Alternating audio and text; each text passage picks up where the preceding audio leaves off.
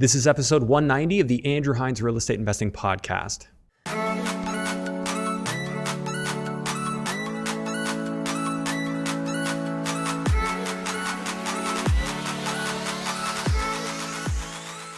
Welcome to episode 190 of the Andrew Hines Real Estate Investing Podcast. Today, I have Doug and Brianne from Junction House Properties on the show. And wow, what a bunch of unique guests. I really enjoyed talking to them. Their angle is Airbnb. They're into purchasing Airbnbs, renovating them. They're doing long-term holds, joint ventures, solo investments, Airbnb arbitrage, and everything in between. They both work full-time jobs, and they have employees working for them in their side hustle, which is their real estate investing business. It's hard to imagine how they're doing all the things that they're doing. And today they came on and they shared their philosophy, their work ethic, the type of investments they're going after, why they like those investments, what are the market fundamentals of the areas that they invest in. So they're investing everywhere from Sudbury to Simcoe, Ontario, and Brantford, a lot of different places in between, Toronto. And just really, really interesting. Not a lot of people would tackle so much. In the interview today, Doug mentioned how you can't be afraid. You have to constantly move forward. And in history, if you look back at the people who have been really successful, they're not thinking fear mindset, they're thinking opportunity, and really refreshing discussion that was had here. So I think that's enough of an intro for this one. As always, want to let you know that if you're new to real estate investing, I highly recommend going right back to the beginning of this podcast. And if you're interested in actually directly speaking with me, I haven't mentioned this in a while, but you can actually book a coaching session, a one-on-one, 1 hour Ask Me Anything session through my website at andrew-hines.com. So feel free to book one of those if you are interested in chatting with me directly, pick my brain regarding anything that you've learned on the podcast, or if you haven't had a chance to go through it yet, we can do that too. Just before we jump in, please take a moment to hit the like, subscribe, notification bell. If you haven't already done so, leave us a comment. And if you're an audio listener, please leave us a 5-star rating and review. Help more people find the podcast. All right, thanks so much. Let's jump into episode 190 with Doug and Brianne. Hello and welcome to the Andrew Hines Real Estate Investing Podcast. I have Doug and Brianne on the show today, coming down from Toronto, not too far away. How you guys doing today? Good. Okay. Yeah, so I know you had reached out to me a while back. Can you just tell me the story about how we got connected here? Go ahead. Yeah, I'll go ahead. Okay. Yeah, so we wanted to reach out because we've been up to so much this year, and we keep hearing from some of our friends and followers about what we're up to and how we're doing all of this. So we thought it'd be a great time to share it with a wider audience. So we wanted to talk about all we got going on. Okay, awesome. Yeah, my podcast approach is generally it's just people in my circles. I'll reach out to them, kind of ask them, and every once in a while I'll get a bunch of requests for people who wanted to come on. I remember hearing some details and thought, hey, you know what, let's have a chat.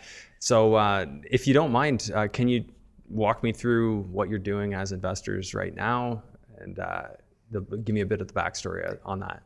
Yeah, for sure. So this last year, we've been transitioning from getting more long-term holds to doing short-term rentals. So we have 2 big projects on the go right now. We're doing a Victorian restoration in Simcoe, Ontario, so in Norfolk County. And that's going to be short-term rental on the upstairs area, and the basement we've made a little 1-bedroom apartment. Okay. And then we also have a cottage we are renovating in Selkirk, which is kind of close to Port Dover on Lake Erie. And that's going to be obviously short-term rental. So with that, we're just finding there's a lot more opportunities potentially in that space as opposed to our long-term holds. Yeah. We're still working on the long-term hold. So we just sure. closed on a 4-plex as well. And that's up and running.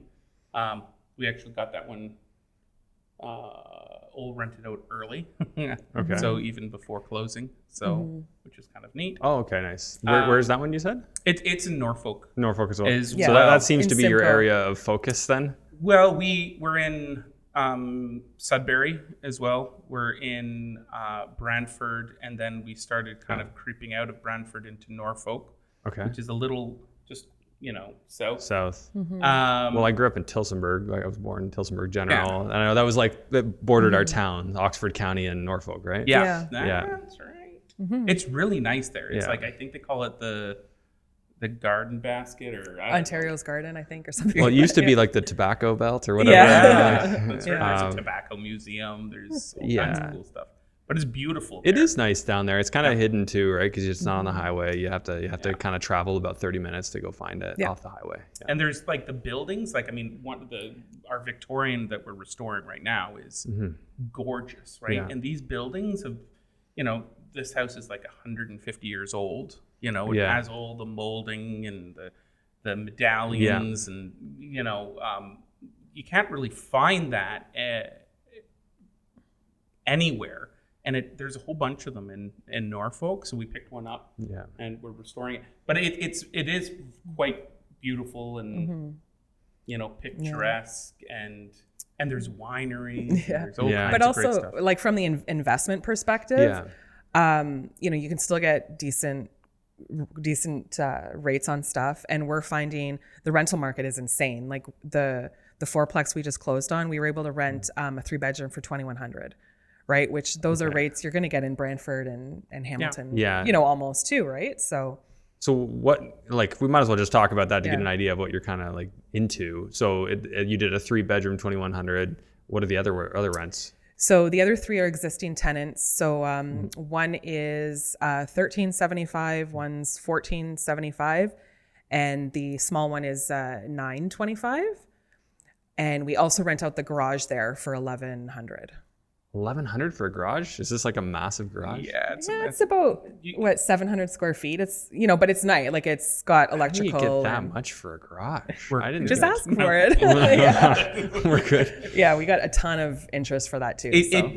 A lot of people with small businesses that are growing outside of just their garage, and the wife told them to get their company out, right? Yeah. A lot of people like that. So I think we've got a landscaper that's moving a lot of his equipment in there. So, yeah. That's really cool. And this is something you found listed or off market? Kind of both. We actually bought it on market, but I found the buyer before he was ready to sell. But then he figured he would like to sell on market with agents, which is fine, right? I mean, you can definitely find deals anywhere, right? Yeah, I've encountered situations like that too. Yeah. Okay, so that's cool. What did you end up paying for it? So that was $925. $925. So those numbers sound at surface value decent. Like, you'll cash flow, or I mean, historically, what depends on when you get your mortgage. When did you get your mortgage? We did get it in before a couple of the hikes. So and that one, the mortgage. So we decided to go fixed on that just because it's already a stable property. We just didn't want fluctuation. So the rate's 4.1. In hindsight, I guess that was an okay decision, right? Okay, so you said you paid $925. Let's just sub that in. And did you have to do work to it? No. So the vacant unit, he had already he had just renovated it. So the only thing we have to do is put up some mailboxes. But yeah. And this is financed with the bank? Yep. Like residential side? Yeah. So 80% loan to value, 30-year M. Yeah. Okay. And do you have a ballpark on some of your numbers there, like what your taxes and insurance are? Doesn't have to be super accurate, just ballpark. So insurance is almost $400 a month. So that's more than I'm used to hearing, but I mean, I guess that's because and I think just because also the garage, right? So the extra just use. The other building. So all utilities is probably around $600. So that's it's all inclusive too, the rent. So the tenants don't pay extra, unfortunately. Taxes are $340. There's coin laundry. So 600 times 12. Okay, yeah. So that's still not bad for inclusive. So you're $7,200 a year. So you said taxes approximately $340 a month. Yep. 340 times 12. So yeah, $4,080. Anything else? Or landscaping, snow removal? That's all done by us. You guys by do all us, of it? and we have there's actually a local kid in the neighborhood who we've gotten to know, so we can pay him hourly, $18 an hour. Okay, so what's your annual budget for snow and grass? We have $1,000, which is more than we need. Yeah, that's good. If you got your working angles like that, you get the local kid. That's perfect. Neighbors can be great for that. So management, you're self-managing, I guess. Oh yeah. So I like to just throw in like a 1% for whatever you might have cost-wise, but it wouldn't even be that. Maintenance, something older like that, obviously you're going to have stuff come up. What do you guys budget for maintenance typically? So we have 5%. 5%. Okay, I'll put that in as well. And then miscellaneous, I usually just run like $500 for like whatever might happen. So your cap rate on that is 4.61. That's pretty solid. So when did you buy this? So we bought it in February. So right at the height. Right at the height. Yeah, and it was listed for $958. So we got a bit of a deal. Yeah, and then we did an extended close. So we just closed about a month ago. Just more recently. Okay.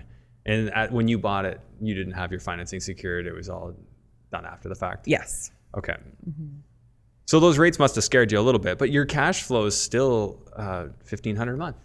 Yep. That's awesome. Yeah. So now in this case, you guys had a significant amount of money into this, like $200,000 then basically. Yes. Yeah. Yeah. And is that just money you had from other investments, or did you borrow that on, say, like a line of credit? Or so the down payment we borrowed, so that's actually, it's borrowed privately. But with our Norfolk, so we're going to be using some of our reappraisal from that to pay back that. Okay, so right now you're paying like a private, like a P note or something like that. Yeah. So the rates on that are obviously not fantastic. It's not bad, but it's really like, I mean, we've got a lot of balls in the air, so we can move numbers around, of course, and make it work. No, I think promissory note money's awesome. It's a nice transitional piece, right? It's kind of like your bridge financing as you work out what it is that you're working towards right now. So are you cash flowing now with that P note, or is it? Yeah. So still cash flowing. Okay. Awesome. So it's nice. Like, I mean, we basically, scooped it up. We were kind of looking. I'm always looking, but it's we have 2 large renovations going on, and in the middle of it, we kind of said, well, it works, right? Let's see if it works with private money too. Oh, it works. I've done the same too, right? If I worked it out where I could even take a P note and I could still break even, then I'm interested, right? I can lock in a fixed rate, I can take a P note, and now I can wait until I have time to renovate. And maybe hold it for a couple of years before you do any significant renovations. And there's lots of potential there. There's 3 units that can be potentially renovated, and all kinds of good stuff. Oh yeah, like your upward potential on that is awesome. I feel like a lot of people are sort of afraid to look in smaller cities. I mean, those who listen to this podcast hear me talk about small towns all the time, so maybe them not as much. But what do you say to people who have like a fear or hesitancy of small towns like that? You need to know where the small town is and what it is, right? I mean, people are worried about Sudbury. Right? I remember when we got our place in Sudbury. Oh no, Sudbury's a bad place. I'm like, what are you talking about? It's the nickel's not going anywhere. There's hospitals. There's it's a major city. And then when you look at smaller towns, it's the kind of the same thing. You need to look at the economics. You need to look at what's there. Why are people moving there? Are people moving there? And once you kind of figure that out, it stops being so daunting, because now you've got the knowledge, right? And Norfolk, Simcoe, it's 2 hours away from Toronto. They're beautiful towns. Simcoe is very wealthy. I mean, there's a lot of old money there. Same with Tilsonburg, right? Like that whole everywhere where there was tobacco, there was a lot of wealth. And when you look at vacancy rate, it's so low in small towns, right? And so we found, even just when we were trying to rent the 3-bedroom, and just put it up on Facebook Marketplace, like over 100 people applied through our forms, right? So we had the pick do you use the Google form or the to kind of vet people. Nice. So we got some great tenants in there, and we got top rents. They're working for Unilever. Unilever, yeah.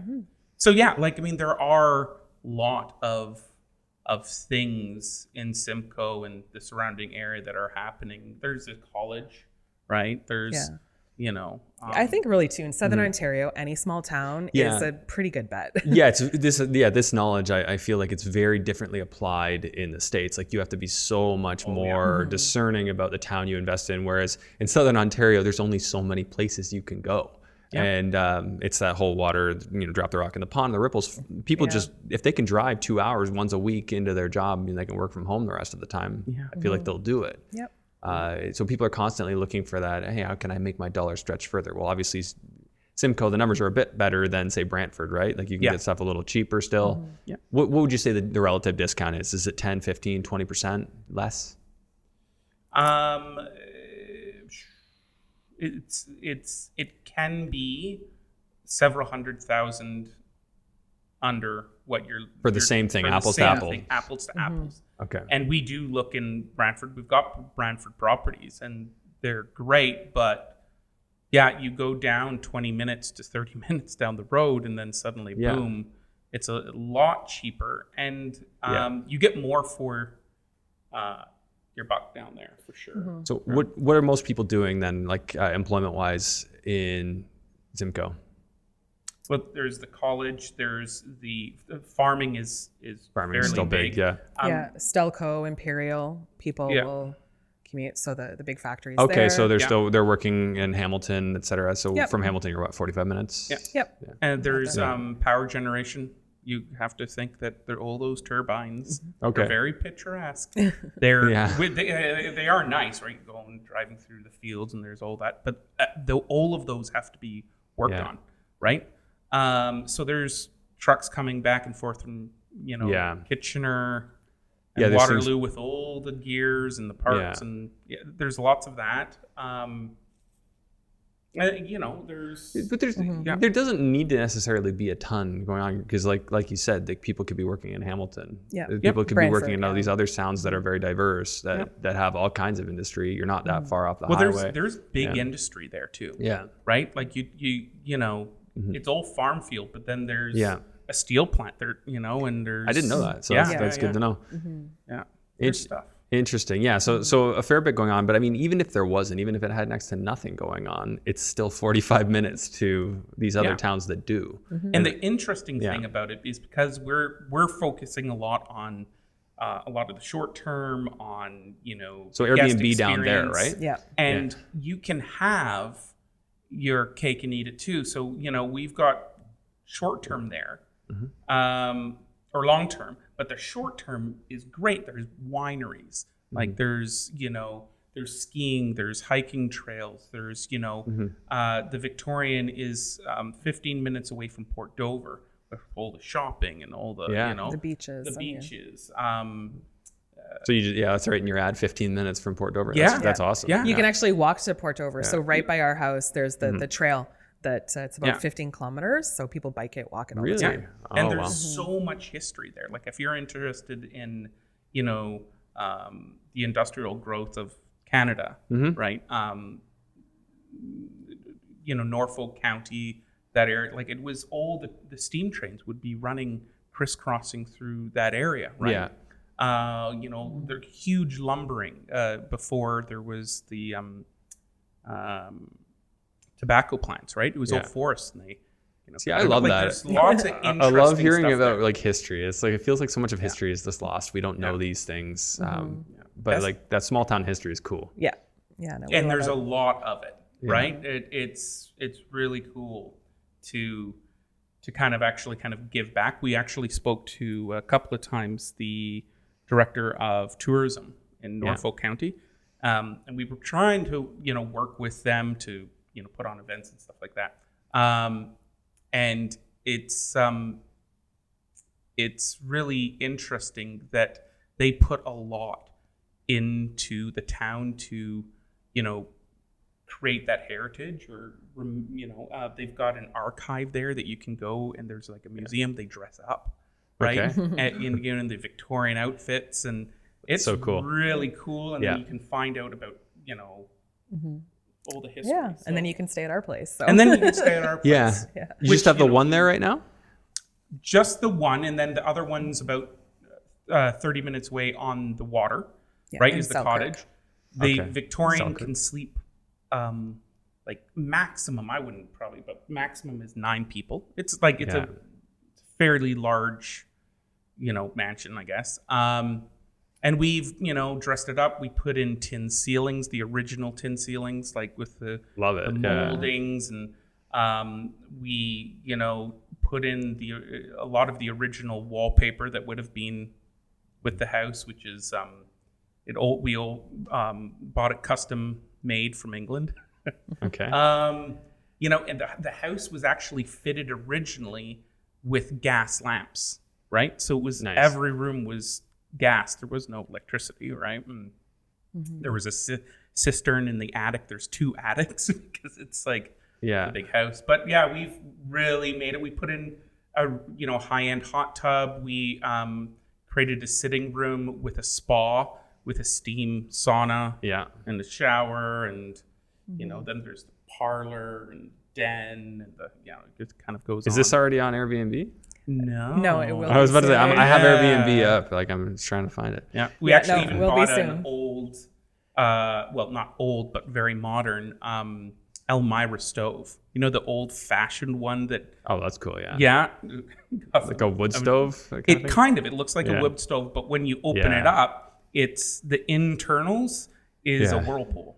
Okay. Like it's like an electric So it's just stove for with looks. gas. Yeah. But it's all looks for looks, yeah. and but all the tile came from England and all that kind of great stuff. Okay, let's talk about some of these numbers for Airbnb, kind of what you're expecting. Yep. So it's an old Victorian house, 1 unit only, right?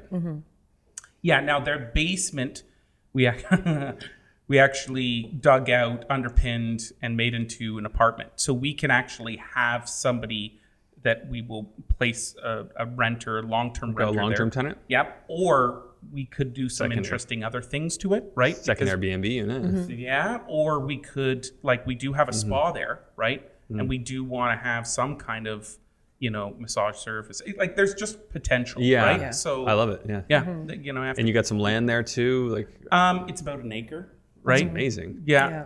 Yeah. You're gonna find it funny, but it's a huge house. It's over 3,000 Square feet, yeah. About square that. feet, just the top. So the the set where I'm not counting the another 600 for the basement unit, right? Okay. 2 large garages and an old a large shed that we can kind of store stuff in. So let's talk. Yeah, let's talk So about the a couple of numbers.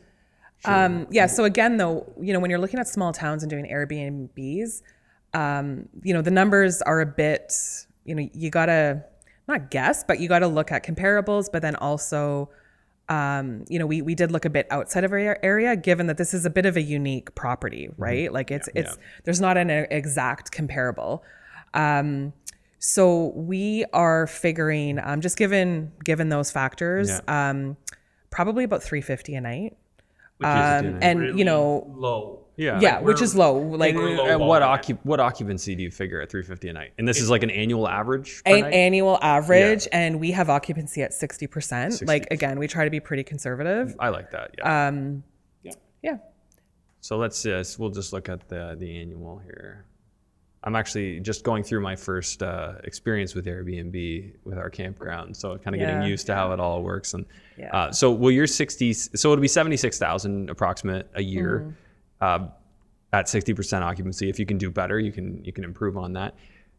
Would that already include? Would your cleaning fee be included in that, or cleaning fees on top? Cleaning fee will be extra on top. Yeah, and then you're just going to offset that with your actual expense. With it, Yeah. Okay. So let's talk before we get into the rest of the expenses. What you bought it for and what you're putting into it, and what you have put into it.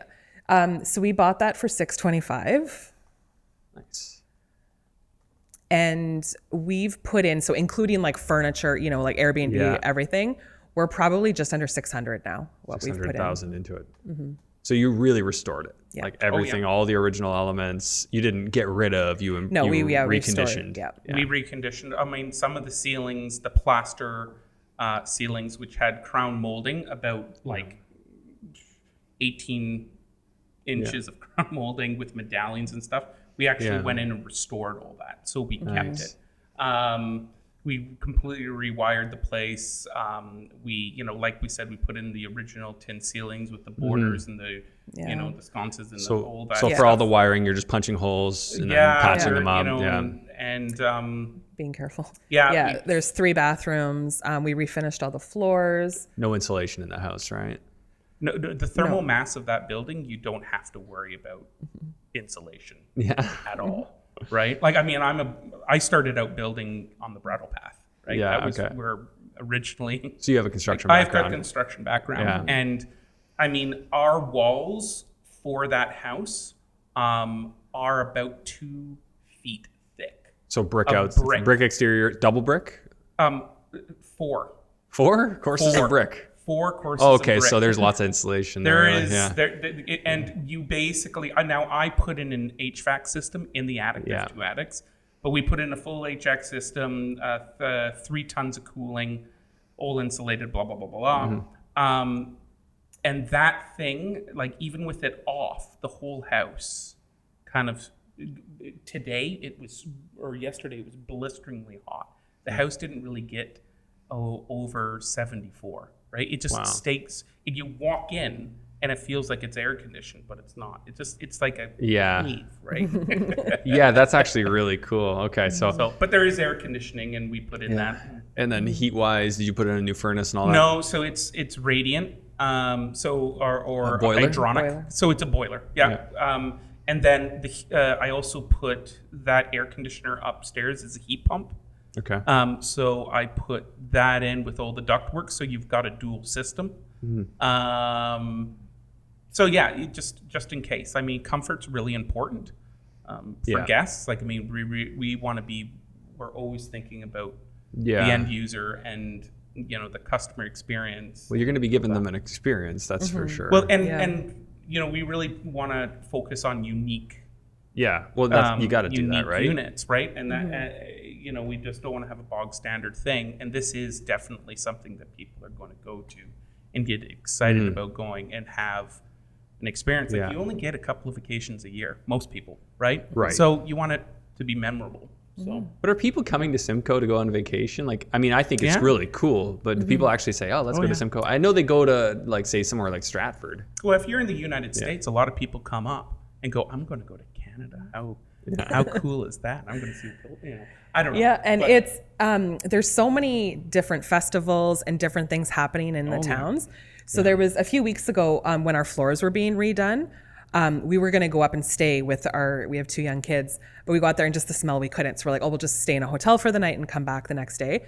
Everything sold out. We had to end up staying around Turkey Point in the Eco Adventure Lodge. Like, so we were in a tent hurt because all the hotels, even Airbnbs were sold out. That was all that was left. Yep. So, there's definly huge a shortage of places. Tourism there. In actual fact, every Friday the 13th, all the old couples. Well, they go to Port Dover, right? They go to Port Dover, but that they drive right through our. They drive all over that area, right? And so all the bikers, anybody that has a bike, they all come together, and it's it's they're not biker gangs. It's like no, it's all for fun. Yeah, it's all for fun, right? And my father-in-law will do that. Yeah. There's a lot of people going up for the wineries. There's a lot of people going up to, check out the farms and. Well, I didn't know about the wineries. That's obviously like Niagara on the Lake. We go there everywhere in the whole Grimsby onward is attracting people for that. So Simcoe does the same. Same thing. Bunch of wineries or just a couple or. Oh, there's a handful. And 2 more craft breweries as well, right? Kind of sprinkled around. So those will bring people to the area. Yeah, because you kind of get the overflow. Like when Niagara's all booked up, people start to scatter. Very interesting. Right? You're teaching me things here. I like it. So they also have a festival or a fair. The fairground is fairly close to the house. Yeah. And that fairground has a big festival every year that would kind of look like what the X would look like, 50 or 60 years ago, right? People are coming, they're looking at tractors, they've got horse racing, they've got horse jumping, and a lot of people come all over. Very cool. From the States everywhere to come to these festivals, right? Nice. So if you know, and then other people, you got to get the word out. Okay, so what's this house look like from a property tax standpoint? Do you know ballpark? Yeah, so that one too, it's a little less than the fourplex. Like 3,500 or something per year. Let me just quickly. So taxes are about $350 a month. Okay, so 350 times 12. And then insurance probably still pretty high on that one. So this one is 300, just under 300 a month. Yeah. Okay. Maintenance we'll leave at 5% just in case. Utilities, you're obviously paying all of them. Yeah. So it's around 800 $800 a month. Yeah. Is that on city water and sewer? This one is. So it actually, when we bought it, transferred it was on well water, Okay. but we ended up transitioning it because with wells, like there's a lot more maintenance, and you're always got to be checking the water and stuff. Well, it was So a we sandpoint well in the middle of the basement. Like Oh. it was the weirdest thing, but they Yeah, just and you drilled couldn't sand- drill a new proper well, right? Like the Well, municipality. you're going to drill a sandpoint for that, which is just Yeah. a screw that you put into the ground. But Yeah. it was better. We were going to have a sauna with all Yeah. that, the water features and the steam. And Yeah. we wanted a proper source Okay. of water. Plus, the water line was there because when I moved out some of the tanks for the well, there was 3/4 inch copper coming from the Already city, stubbed just stubbed up with a shut off, right? Yeah. So it was and there. the city didn't even know about it. No, though, they didn't so know about I it. think I at was some just- point, So you didn't tell them, you just connected to it? Yeah, no, we told them, but yeah. And then it's on city sewer as well? Yeah. Yeah. It was already that way, was Yes. it? Okay. Yeah. All right. Now, so utilities we've got, you're obviously managing, and then any of your other management costs would be probably covered by the cleaning fee, right? All of your, like whatever Yeah. you're charging for cleaning covers all those expenses, right? yeah. So we won't even factor those in. We'll just leave them out of it. Landscaping, you're going to have a number there. Yeah, so this one's big. So we are budgeting about 300 a month. And In the then summer. obviously, like that's just regular maintenance. Yeah. So spring and fall cleanup is probably an okay. extra 1,000. Okay. So does it work out to 300 a month over the year, including snow removal? Yeah, that sounds Probably. about right. Yeah. This is a big one. Expensive. It is expensive. Yeah. It's not that expensive right now because we've gotten some people that are Yeah, willing you've to got do it good for people. a lot cheaper. But And there's- especially if you're in an area, you can just convince the same person to just, hey, help me out over Yeah. here.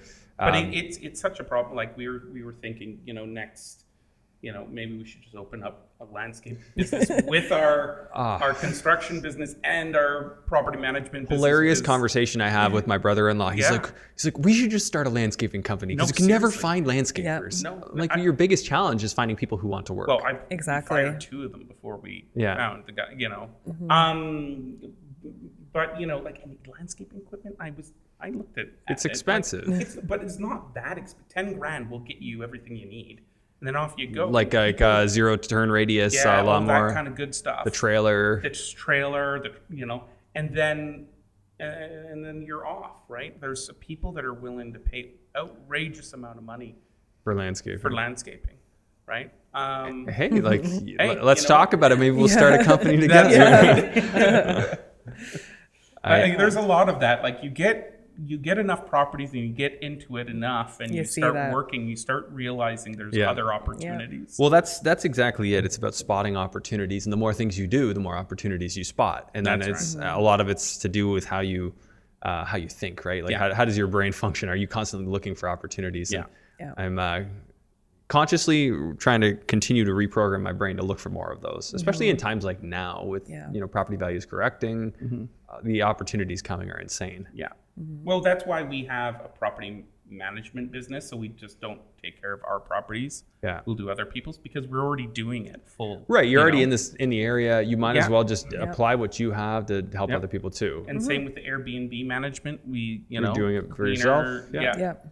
We Yeah, so organize- we found, like I have cleaners and so on, but the front end of it, we're handling it and then coordinating all of our cleaners and, because that too, like landscaping, it's hard to find, good people willing to do that. It's not the people. I think it's somebody that is on the ball and organized and can get it done and properly done, right? Yeah. So Well, yeah, and Airbnb like turnovers they're different than just your general like house cleaner, Yeah. right? Like you need Yeah. somebody who has that eye, right? To like Yeah, place things. like get everything and- right back as they should. Well, we're going Yeah. through that now with our camp. We've got now I think we have 10 units listed. Most of them are tents, yeah, but we've got a couple, a few trailers in there as well. And So we've been trying to get somebody full time. We already have one full timer. We've got a lady that comes in for 2 hours a day. We need another full timer just to like keep on top of all our cleaning and turnovers with all those units.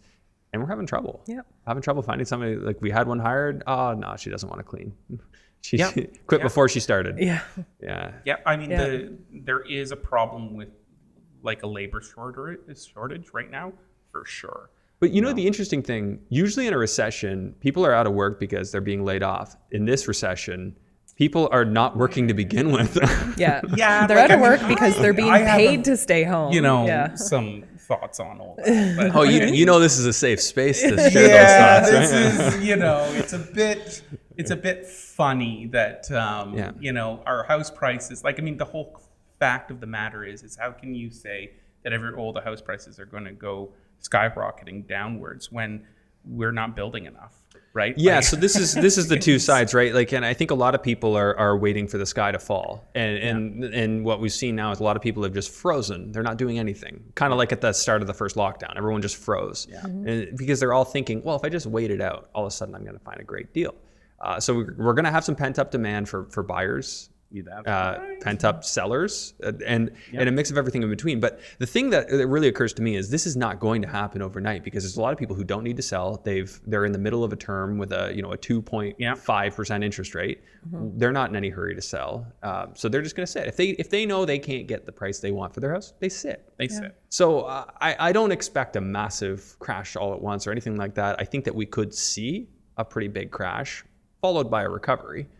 Because as you said, we don't have enough houses. We don't have enough people that'll work. Yeah, and people are funny, right? Yeah. Like they do react, then they don't know what's going on. But the fact of the matter is if you've got so many people coming into Canada and we still can't build fast enough, not gonna, and now we've had builders, so new housing starts this is already happening. Builders are freezing their builds. They're saying, okay, hang on, we're just going to sit still for a second. We're not going to start anything new. Yeah. So that's already happening. Yeah. We still have Trudeau saying 400,000 people coming in a year. We were previously doing 200,000 new houses a year. So now that gap is going to grow. More people coming in. So what happens? Where do those people go? They need a house, right? They need a place to stay. Japan had a scenario where they hit recession. Their values have been going down forever, and I've mentioned this before. But they don't allow people to immigrate to Japan. Like it's very monoculture, whereas we're not. So it's tough. Like everyone tries to predict what's going to happen. We can only speculate, but it's a very odd set of circumstances. I think it's undisputable we're recession now, and that could proceed and get really ugly. But still, how do housing prices stay down? And like you were saying, there's unemployment is fairly low, because you're not in the workforce if you're not looking for a job. You don't count. That's right. Like there is an entitlement issue, I think. Oh, for sure. There's a lot of people that just don't want to work or don't think they want to be the boss, right? And they haven't worked for it. Me and Brianne work 7 days a week.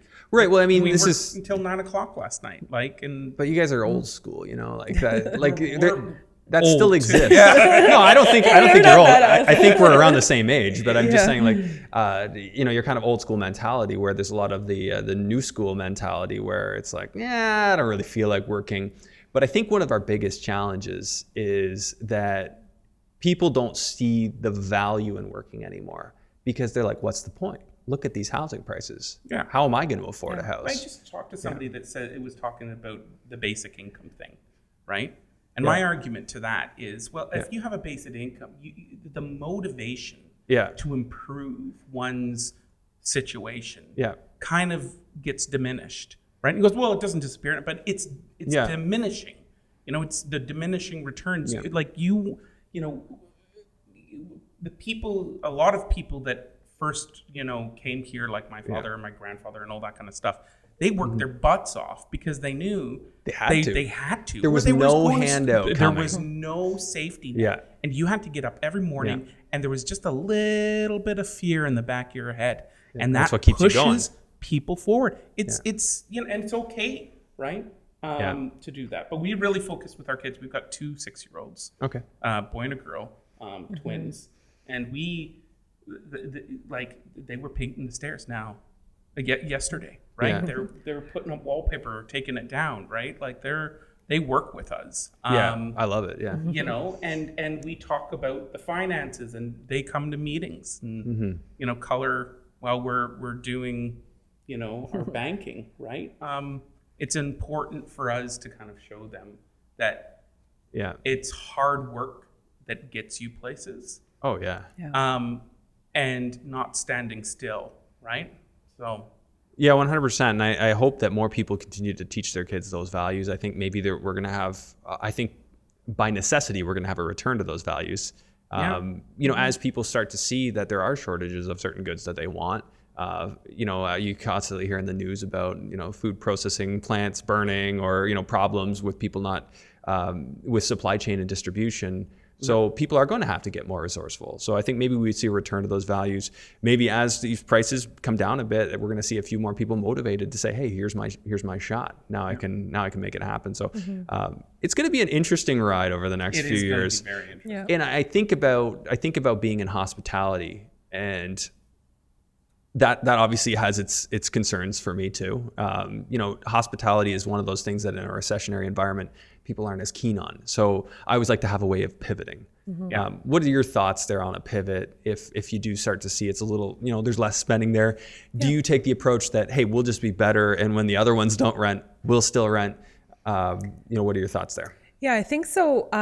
For the Norfolk, the Victorian, we are always thinking of different ideas to bring in income, right? So if it's not just the regular person looking for, you know, a week away, can we do photo shoots, right? You can rent it out for stuff like that, for small events, looking, you know, wedding parties, photography really cool. sessions, I think I mentioned, right? So that space will be great for that. You know, cottages are a little bit different because you can only do so much with a cottage, but we wanted to make sure that, you know, when we look at our whole portfolio, it's like, you know, can you kind of take, you know, you move a bit of money around to support there's some the give others, and take, right? Like you right? can have a couple that go negative in a certain circumstance because you have others that offset them. Now that cottage is 4 season now. Right? And a lot of so we could actually transfer it just to a monthly long term, tenant, to right? a long term, right? And we do make sure that those things are there. But I mean, I think there'll be tourism, local tourism, when, you know, when there's a recession, because people aren't flying away to Disneyland.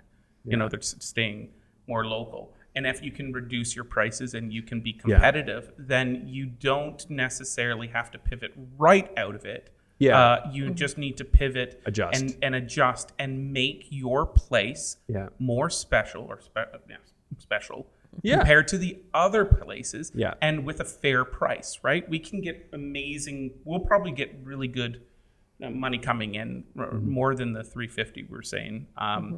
But we know we have our bottom. But we're really going to promote it, and that's why we're out, you know, talking to the city and talking to the county about, you know, tourism and promoting things. That makes sense, and I tend to think the same. Like there is that effect where there would be people vacationing to Europe, going far, and now maybe they vacation local. So the whole local tourism, if you plan and adjust your marketing to try and grab local people, which I think Airbnb sort of does for you, you know, they just naturally start looking and just make sure you're seen. I think there's a lot we can do. Like I think a lot of people try and, you know, say, well, it's the market. Like I'm subject to the market, but that's a very passive strategy. I mean, I think you can be more active about it and say, knowing this is coming, here's how I'm going to adjust to make sure I'm positioned so that this doesn't hurt me like it would hurt marginal product, or you know your very average house that you might find in Simcoe that they're renting. For sure. And I love history. That's my big thing. And if you look at some of the great entrepreneurs in history, they never had that that state of mind. The fear state of mind. Yeah. What they did is they looked into the future and saw something that other people couldn't, and made it. They didn't say, oh, I'm going to get lucky, I'm going to really try hard and maybe it's going to happen. No, they just I'm going to make it happen. happen. And that's the way you have to approach things, is that you know, like, yeah, we're going to go forward. We might have to pivot here and there, but you know what? We're going to work really hard to make something that's amazing. And that's, you know, that's why we're sitting here and with all this technology and all those people that came before us, you know, worked really hard. So I kind of get a motivation from, you know, that every time I kind of feel a little scared, maybe I'll pick up a book and read, you know, a biography about Carnegie, right? Yeah. He like grew up in Scotland. Yeah. His dad was in the cottage industry being a weaver. And you know what happened to the cottage industry in England, right? No. Well, the spinning jenny came in, which is the, you know, the factories that would make cotton, right? And people were starving, right? Like it completely disappeared. But he came over to the U.S. and slowly he built himself up to be richest man in history. One of the richest men in history. Yeah. Right. And he wasn't smart. He wasn't like, you know, a genius. He wasn't, you know, he was just a hard worker. Right. And well, yeah, that old saying, you know, what is that? Hard times create strong men, right? I mean, like, that's where they came from, right? Like they were hard times. Now we're in the what do you call it? Good times create weak men create hard times. We're somewhere in that transition, and by necessity, we'll come back around. And maybe it'll be fun, maybe it won't be. I'm guessing probably not, but we can still position ourselves to work through it. Yeah, that's right. Yep. The end goal is, you know, or the Okay, so I know there were probably a couple of things that you guys wanted to cover. We've covered a lot of cool discussion. Was there anything that you wished I'd asked you about that I haven't yet asked you about? So I suppose we wanted to talk about, you know, our joint venture programs and stuff like that. We've got a lot of stuff online that, you know, maybe Brianne can talk about, that kind of, if you're interested, you know, like a lot of people in our situation, we've got packages. If you're interested in real estate, but you're not quite sure, or especially if you're interested in more of, you know, the like cottages or unique stays or things like that, we can kind of assist you because we've got experience with it. And so you can talk about the stuff that we have online. Oh yeah, so we've you know, we like to share everything that we're doing, right? So on our website we have a lot of content that we're starting to put out there to share. So a lot of different templates and guides just around a lot of the stuff we've learned along the way, a lot of the tips and tricks. What's your website address? So junctionhouseproperties.com. Junctionhouseproperties.com. Okay. And we'll make sure that's in the description. Yeah. Okay. So and there's a lot of blogs, like, you know, things that come up, you know, difficulties. Everything is not sunshine and lollipops. Like a lot of it is, like we were talking about, it's hard work, and we try to, you know, share our experiences with every aspect of the business, right? There we've online we're really active on Instagram. Okay. So you can, you know, follow us along and see like Norfolk House and Spa. That's the Victorian one. And the same handle, Junction House Properties? Yep. Yeah. Okay, at Junction House Properties. Yeah. Okay. So you can see that. You can see the new cottage, which is called Boho Breeze, right? And we've got logos for them all, and it's all very cool. You know, really professionally done. We have boho tents at our campground. Oh, cool. You have to make a cross-pollination thing going. There you go. It's a tour of Ontario. Yeah, there you go. And then we've got some, if you're more interested in long-term real estate, we have,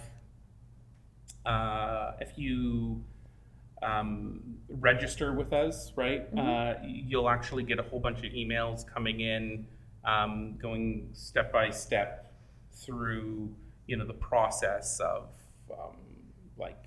refinance your house, or you know, all that Yeah, kind of and stuff. just like what it is to work with us. So you're Yeah, basically giving people the full scoop, like the intro to real estate investing, and then of course they have the option to work with you if that's something they'd prefer to do. Yeah. Okay.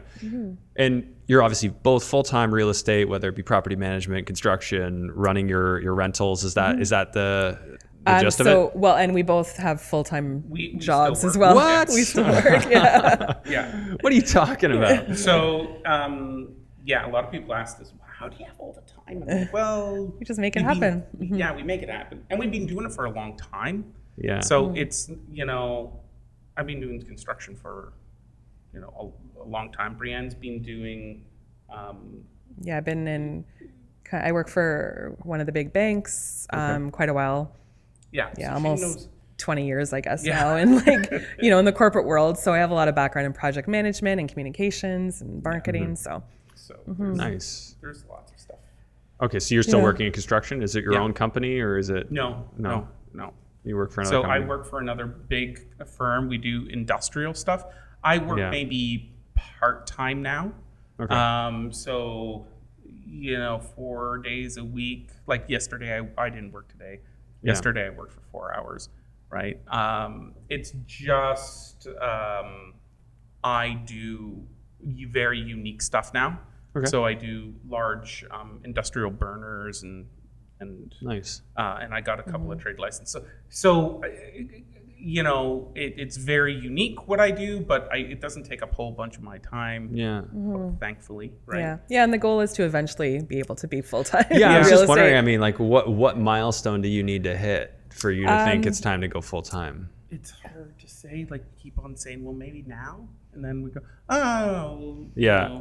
Yeah. I kind of like what I do, but it's a lot, right? Yeah. Well, I mean, just managing these businesses is time consuming. I don't know if you have like employees that work for you. Yeah, we do. Yeah. Do you have some assistants that? Yeah, so we have assistant, a virtual assistant. We have bookkeepers, contractors, all that stuff. Yeah, so we try to outsource as much So you as got we can. a lot of systems, but you must be heavily involved in your operation still. We Yes. have, Yeah. because it's really important for us to know what's going on. We are very Yeah. hands-on. Same. Right? For better or for worse. Same. Yeah, that's right. Yeah. So Yeah. and we enjoy it. We have their meetings and we, do so. And that's key. Like if you're not enjoying what you're doing, Yeah. but it is like we haven't been home for 2.5 weeks, right? So Wow. we've got our cat walker, I call her. That comes in and does the cat walking. But we haven't been home, right? Because we've, got 2 renos going on. We've got meetings, all that kind of stuff. Wow. So Yeah. I'm glad I had you on. You're very interesting people. Thank you. Yeah. No, it's refreshing. Just hard work, do it, make it happen, and you got a lot going on. Like it's not a simple operation. no, Yeah. Would you say like are your properties majority like joint ventured, or are you guys majority holding them yourselves, or a mix? It's a mix. Yeah. Yeah. Okay. Yeah. But I mean, I find that joint ventures are definitely, you can do different types of properties when a joint venture comes in. Yeah. Right. And it's When there's really equity in the That's mix. right. When there's equity Yeah. in the mix, you can get more creative. Right. Right? Yeah. And you don't necessarily have the gun to your head to pay the interest payments because right. you can focus on something that's more of a long-term play. So the Yeah. Victorian house, for instance, is the joint venture. it's a No? joint venture. Yeah. Kind of, but it will own it eventually in 5 years. So it's, Okay. there is a kind of end game here, but it allowed us to do the Victorian. Otherwise, you wouldn't. Where the boho breeze, that is more of a short-term that's all rental us. right now. Yeah. Yeah. Interesting. Okay, so when you do joint ventures, do you usually write them that eventually you'll be full and sole owner, like it'll be an equity participation to a point, or is that just case by case? Case by case. Case by Yeah. case, yeah. And with the market changing, it's going to have to be, right? Like you're going to look at it and say, here's the deal that makes sense today. I used to be more on the don't do joint ventures side. And now I look at it and I think joint ventures are an incredible opportunity. right. You can grow at an incredible pace. There's so much more, especially if you see an opportunity. And I look at it, I'm like, you know what? I just don't want all the debt right now. I think joint ventures is a great opportunity. They're in the rising market, all the debt didn't matter because you just pay it all out. In a more stagnant market, I think a JV makes a lot more sense. Well, JVs make sense for instance, like Airbnb or short-term Yeah. rental cottages.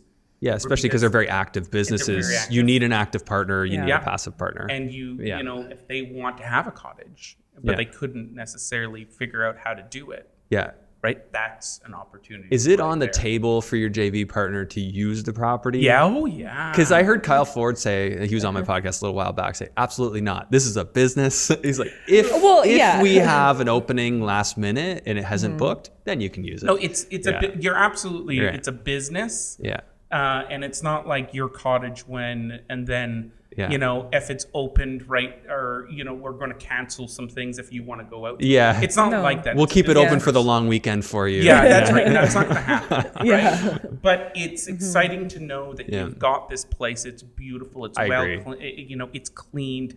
It's great know, your owning own quality little real estate. Hotel, Yeah. right? Special place. Love it. Yeah. It's great owning quality real estate. I really do, you know, just makes me happy to think about it. Yeah, that's a Yeah. really good quality property. And no matter what, in the long run, I won't be upset that I own that. That's right. Exactly. Yeah. Yeah. Okay, very cool. So where do we want to send people? Should they just go to your website? Should they go to Instagram? Yeah. So either website or Instagram, it's Okay. Junction House Properties. Okay, find us, perfect. And any final words of wisdom for our would-be Airbnb investors, people managing this interesting time we're going through right now? Yeah, I think on the short-term rental, it's with everything else going on, I think you still got to keep your guests in mind, right? It's all about that guest experience. So just, you know, and adding that value for people so that they'll come back or talk about your keep adding place. value. Yeah. Yep. Make yourself stand out. Be competitive, competitively different. That's Yeah, I like that. Yeah. love it. Yeah. Yeah. Don't just be competing. Don't be a commodity. I always say that. Don't be a commodity. Be Special, unique. Be Yeah. unique. Yeah. Yeah. Cool. All right. Well, thanks so much for doing this. I'm glad we connected and now can stay connected. And we'll have you on again in the future for an update. Perfect. Sounds Wonderful. good. Thanks. Thanks for tuning in to today's episode. Please make sure to share this episode far and wide. Help it help more people. I really appreciate you tuning in. I'll see you on the next one.